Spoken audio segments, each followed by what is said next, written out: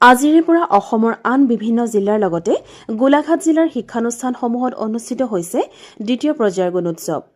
বিত্তীয় তথা মহিলা আৰু শিশু উন্নয়ন মন্ত্ৰী অজন্তা নিয়োগে আজি গোলাঘাটৰ ১ নং টাউন আদৰ্শ বুনিয়াদী বিদ্যালয়ত গুণোৎসৱৰ কাৰ্যসূচীত অংশ লয়।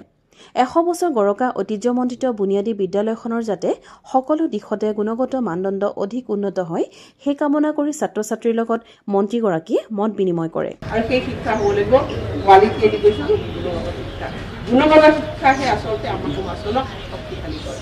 এইখিনি শুভকামনাৰে গোলাঘাট জিলাৰ ১৪৭০খন বিদ্যালয়ত অনুষ্ঠিত হৈছে গুণোৎসৱৰ কাৰ্যসূচী। গুণোৎসৱৰ কাৰ্যসূচীৰে সামৰি লোৱা জিলাখনৰ ছাত্ৰ ছাত্ৰীৰ সংখ্যা ১,১৮,০০০ গৰাকী। গোটেই গুণোৎসৱৰ দ্বিতীয় পৰ্যায় গোটেই অসমতে আৰম্ভ হৈছে। আমাৰ গোলাঘাট জিলা অন্তৰ্ভুক্ত হৈছে। মই এই জিলাখনৰ ভিতৰত প্ৰথমখন মোৰ নিজৰ সমষ্টিৰে গৃহ বিদ্যালয়খন পৰ্যবেক্ষণ কৰিছোঁ আৰু মোৰ মন্তব্যখিনি পিছত দিম, তেওঁলোকক কেনেকুৱা দিব লাগে ৰিটেন মই দি দিম গোটেইখিনি। কিন্তু সামগ্ৰিকভাৱে বিদ্যালয়খনৰ পৰিৱেশ যথেষ্ট উন্নত, কাৰণ ১০০ বছৰ গৌৰৱিছে এই বিদ্যালয়খনে যথেষ্টখিনি ছাত্ৰ ছাত্ৰী ইয়াতে আছে। মই এটাই বিচাৰিছোঁ গুণগত মানদণ্ডৰ যাতে আৰু অধিক উন্নতি হয়। গোলাঘাট জিলাৰ আয়ুক্ত পুলক মহন্তই গোলাঘাট নগৰখনৰ আগশাৰীৰ শিক্ষানুষ্ঠান দণ্ডধৰ উচ্চ মাধ্যমিক বালিকা বিদ্যালয়ত আজি পুৱা গুণোৎসৱৰ কাৰ্যসূচীত অংশ লয়। আয়ুক্ত মহন্তই গুণোৎসৱক লৈ আয়োজিত হোৱা কাৰ্যসূচীত বালিকা বিদ্যালয়খনৰ ছাত্ৰীসকলৰ বিভিন্ন প্ৰদৰ্শনত সন্তোষ প্ৰকাশ কৰে। লগতে বিদ্যালয়ৰ প্ৰাতঃসভাত বাল্য বিবাহ, ড্ৰাগছ বিৰোধী আৰু পথ সুৰক্ষাৰ সন্দৰ্ভত শপত গ্ৰহণ কৰা কাৰ্যক ভূয়সী প্ৰশংসা কৰে। আমি সদায় বিদ্যালয়লৈ পৰিষ্কাৰ পৰিচ্ছন্ন হৈ আমি বিদ্যালয় গৃহ আৰু ঘৰৰ চৌহদৰ সৈতে নিজৰ জন্মদিনত এজোপাকৈ গছপুলি ৰোপণ কৰি পৰিৱেশ সংৰক্ষণৰ চেষ্টা কৰিম। আমি বাল্য বিবাহৰ বিৰুদ্ধাচৰণ কৰিম। আমি নিচাযুক্ত দ্ৰব্যৰ পৰা আঁতৰত থাকিম। লগতে তেওঁ কয় যে বিদ্যালয়সমূহৰ প্ৰাতঃসভাত প্ৰতিদিনে ছাত্ৰ ছাত্ৰীসকলে লোৱা এই শপত গ্ৰহণে পথ সুৰক্ষা, ড্ৰাগছৰ প্ৰচলন, বাল্য বিবাহ আদিৰ বিৰুদ্ধে সমাজত সজাগতা বৃদ্ধি কৰিব। ব্যুৰ' ৰিপৰ্ট, দৃষ্টিকোণ। আমাৰ ১৪৭০খন স্কুলত আজি গুণোৎসৱ আৰম্ভ হৈছে। আমাৰ ল'ৰা ছোৱালীৰ সংখ্যাৰ প্ৰায় ১,১৮,০০০।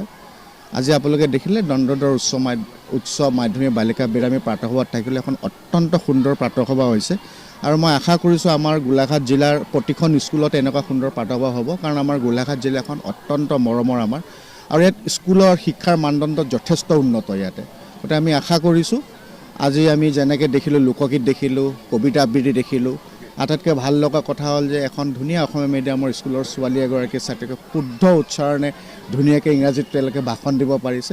গতিকে এটা সৰ্বগুণ তেওঁলোকৰ গাত আছে আৰু আজি আমাৰ বালিকা বিদ্যালয়লৈ আহি পেলাই মই ব্যক্তিগতভাৱে সুখী হৈছোঁ, কাৰণ আজিৰ দিনত নাৰী শক্তি আমাৰ মেইন আৰু আমি আশা কৰিছোঁ আমি গোলাঘাট জিলাত এইবাৰ আমি অসমৰ ভিতৰত সুনাম কঢ়িয়াবলৈ আমি সক্ষম হ'ম।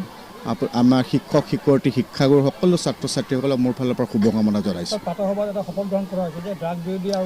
আমি ইতিমধ্যে গোলাঘাট জিলাত আজি ৩-৪ পৰা আৰম্ভ কৰিছোঁ। আমি কেইটামান ড্ৰাগ, ৰোড ছেফটি, বাল্য বিবাহ আমি সদায় প্ৰাতঃসভাত আমি শপত গ্ৰহণ কৰাওঁ।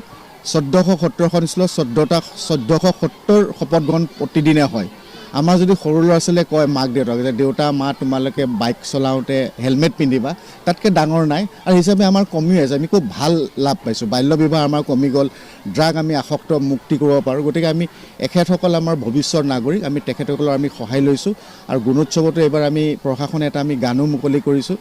আমি খবৰ পাইছোঁ আমাৰ ল'ৰা ছোৱালীহঁতে ভাল পাইছে। গুণোৎসৱ বুলিয়েই নহয়, গোটেই আমি এটা কালেক্টিভ এফৰ্ট লৈ গোলাঘাট জিলাখন যিহেতু আমি বৰ উন্নত আৰু শিক্ষাৰ ক্ষেত্ৰত উন্নত মানদণ্ড আমি আৰু আগুৱাই লৈ যাবলৈ চেষ্টা কৰিম। ধন্যবাদ। নমস্কাৰ। সদৌ টাইমছ ছাত্ৰ সন্থা পৰিয়ালৰ তৰফৰ পৰা আগন্তুক নতুন বছৰ হিয়াৰ পৰা শুভেচ্ছা জনোৱাৰ লগতে বহুদিনৰ বিৰতিৰ মূৰত আমাৰ দৃষ্টিকোণ যিখন পেপাৰখন ডিজিটেল মাধ্যমতে আচলতে সম্প্ৰচাৰ হ'ব।